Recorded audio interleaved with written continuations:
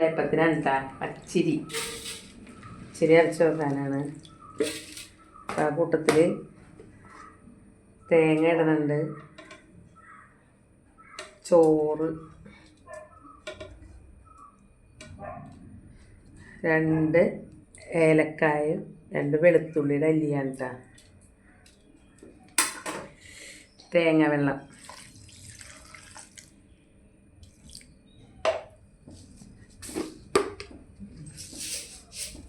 പഞ്ചസാര 1 സ്പൂണിൻ്റെ അടുത്ത് ഇട്ടാൽ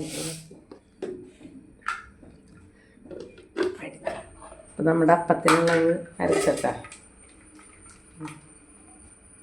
സോഡാപ്പൊടി ഈസ്റ്റില്ല, അതുകൊണ്ട് സോഡാപ്പൊടി. നാളെയാണ് അപ്പം ഉണ്ടാക്കുന്നത്. ഒരു ദിവസം റെസ്റ്റ് ചെയ്യണം.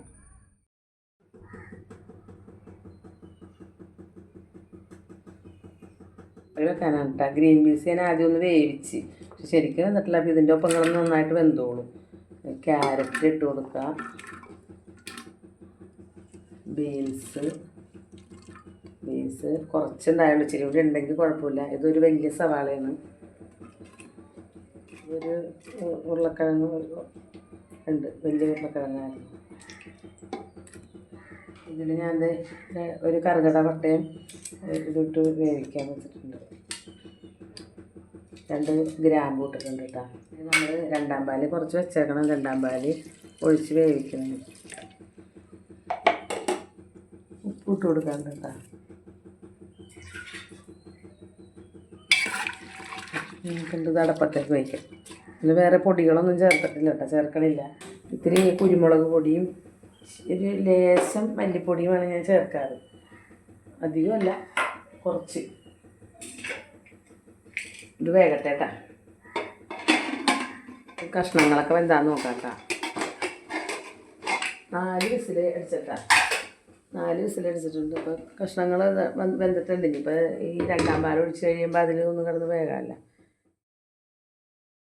അതിൻ്റെ എരിവ്, കറുകപ്പട്ടയുടെ എരിവും മതി, ഗ്രാമ്പും ചേർക്കാണ്ടല്ലോ. ആ എരിവ് വെച്ചെന്നാൽ കുറച്ചൊഴിച്ചാൽ മതി, അധികം വെളിച്ചെണ്ണ ഒഴിക്കണ്ട. നെയ്യിലൊക്കെ വറുത്തതാണ്.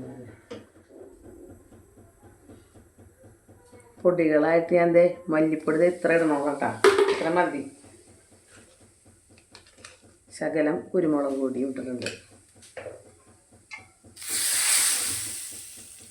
കഷ്ണങ്ങൾ വേണം.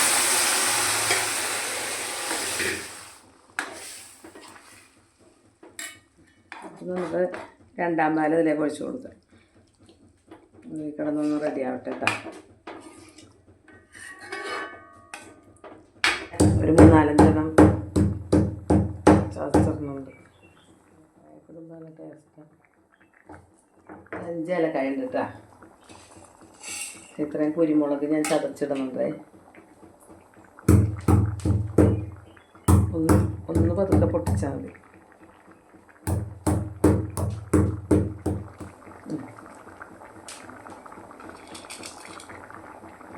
ഇതിൽ കുരുമുളക് അങ്ങനെ തന്നെയുള്ളത് നമുക്ക് കുറച്ച്.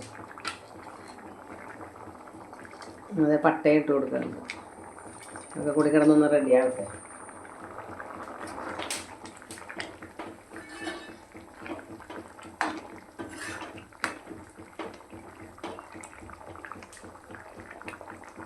നമുക്ക് തലപ്പാൽ ഒഴിക്കാം.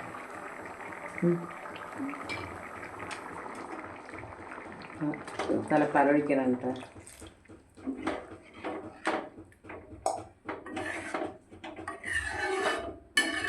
കേട്ടാ നമുക്ക് ഒന്ന് ഇത്തിരി വറുത്തിടണം. ആദ്യം നമുക്ക് കശുവണ്ടി വറുത്തെടുക്കാം.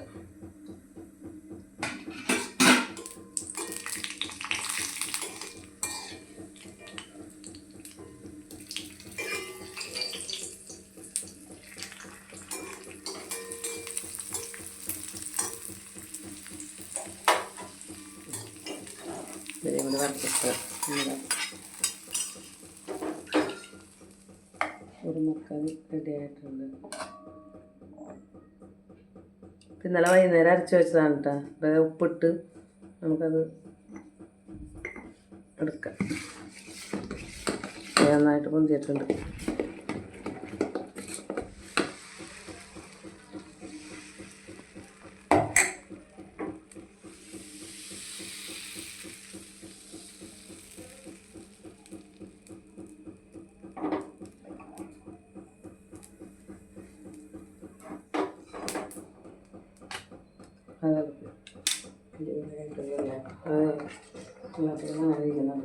കറി ഇവിടെ റെഡി ആയിട്ടുണ്ട്. നമുക്ക് കഴിക്കാം.